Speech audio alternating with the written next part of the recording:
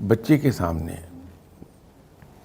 جس طرح سے ہم بیہیو کر رہے ہیں، بچہ تھرو آبزرویشن اس کو سیکھ رہا ہے. اور چھوٹا بچہ جو ابھی اسکول نہیں گیا ہے، اس کا مین ایکسپوئر اس کے ماں باپ ہیں یا بہن بھائی ہیں. تو جو کچھ رویے دیکھتا ہے گھر میں، وہی کچھ بچہ سیکھتا چلا جائے گا، اس کے اندر وہ آ جائے گا. وہ لوگ جو اللہ پر بھروسہ رکھنے والے ہیں، شکر گزار لوگ ہیں، مصیبت میں اللہ کو پکارتے ہیں، گھبراتے نہیں ہیں، ان کے بچوں میں عام طور پہ یہ چیزیں آپ کو مل جائیں گی کہ وہ گھبرائیں گے نہیں، اننرو نہیں ہوتے.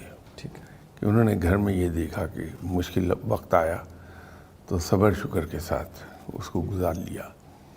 اور وہ ماں باپ کو یہ کہتے دیکھتے ہیں کہ اللہ موجود ہے، اللہ بہتر فرمائے گا، ٹھیک سر. اللہ مدد کر دے گا. ٹھیک ہے.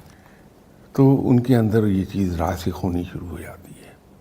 ایک چیز جسے ہم بہت زیادہ اہمیت نہیں دیتے وہ ہے تلاوت کلام پاک. صحیح. پابندی سے صبح شام تلاوت کلام پاک کرتے ہیں کہ اس کی برکات گھر میں کیا آتی ہیں. تو رب تعالیٰ پر ہمارا ایمان بڑا پختہ ہوتا ہے، گھر میں برکت تو آتی ہی ہے، رحمت کے فرشتے بھی اترتے ہیں، سب ہوتا ہے، لیکن اس کے ساتھ ساتھ ایک اضافی چیز ہمیں ملتی ہے جو بڑی ویلیویبل ہے.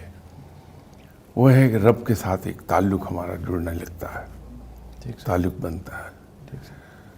تو ماں باپ اگر یہ چاہیں کہ ان کے بچے رب پر یقین بھی رکھتے ہوں اور بھروسہ بھی رکھتے ہوں، صحیح، تو گھر میں عبادات کا سلسلہ ٹھیک ہے.